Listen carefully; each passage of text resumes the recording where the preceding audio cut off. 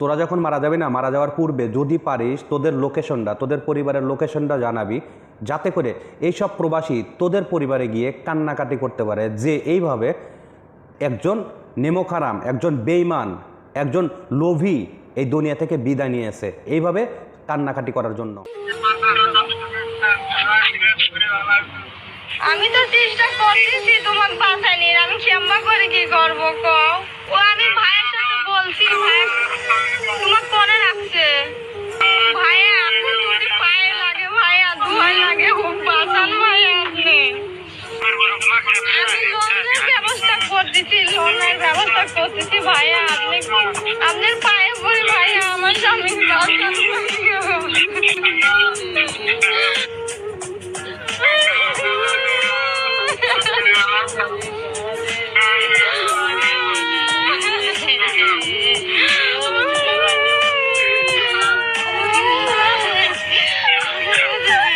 আসসালামু আলাইকুম রহমতুল্লাহি ওয়া বারাকাতুহু। আশা করি সবাই ভালো আছেন। আমরা যে ভিডিওটা দেখলাম সেটা হয়েছে কি, একজন প্রবাসী ভাইকে, একজন গরিব প্রবাসী ভাইকে, আমরা তো যারা প্রবাসে থাকে তারা কিন্তু অনেক কোটি কোটি টাকার মালিক না, একজন প্রবাসী ভাইকে আটকিয়ে বন্দি করে তার কাছ থেকে মুক্তিপণ দাবি করার জন্য তার পরিবারকে ফোন দিয়েছে। আপনারা তো ভিডিওর মাধ্যমে দেখলেন।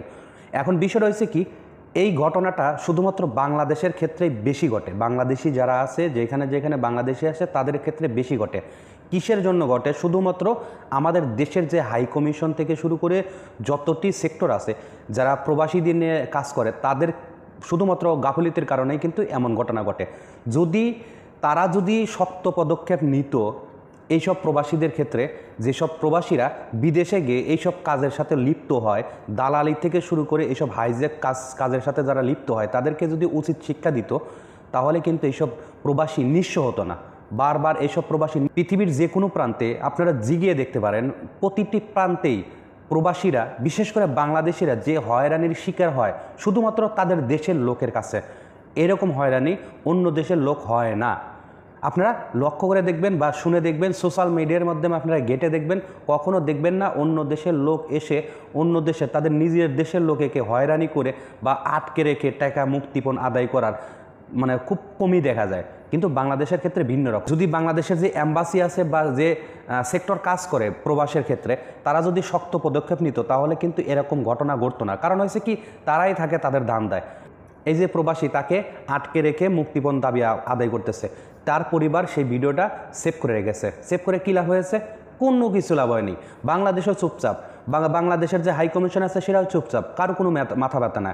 যার ক্ষতি হয়েছে, যে ধরা খেয়েছে বা যে আটকে রয়েছে, শুধুমাত্র তার এবং তার পরিবারের ক্ষতি হয়েছে। একটি প্রবাসী যখন বিদেশে যায়, তখন তাকে ঋণ করে অনেক কষ্ট করে টাকা গোছায় নিয়ে যায়। সেই প্রবাসী বিদেশে গেছে, বিদেশে যাওয়ার পর আপনারা যদি এইভাবে যদি তাকে হয়রানি করে বা তাকে আটকে রেখে মুক্তিপণ দাবি আদায় করেন, তার পরিবার কি জমি বিক্রি করে আর কি বিক্রি করবে? একটি প্রবাসী বিক্রি করতে করতে আর কি বিক্রি করে? কি তার সম্বল থাকে? আপনার কি মানুষ না জানোয়ার? কোন দিকে? টাকা কি কবরে নিয়ে যাবেন? কবরও তো নিতে পারবেন না। সো এই কথা বলে শেষ করতে চাই, আল্লাহ যেন সবাইকে ভালো রাখে, সুস্থ রাখে, বিশেষ করে প্রবাসীদেরকে এইসব বিপদ আপদ থেকে যেন আল্লাহ রক্ষা করে, এই দোয়া কামনা করে শেষ করতেছে। আসসালামু আলাইকুম ওয়া রাহমাতুল্লাহি ওয়া বারাকাতুহু।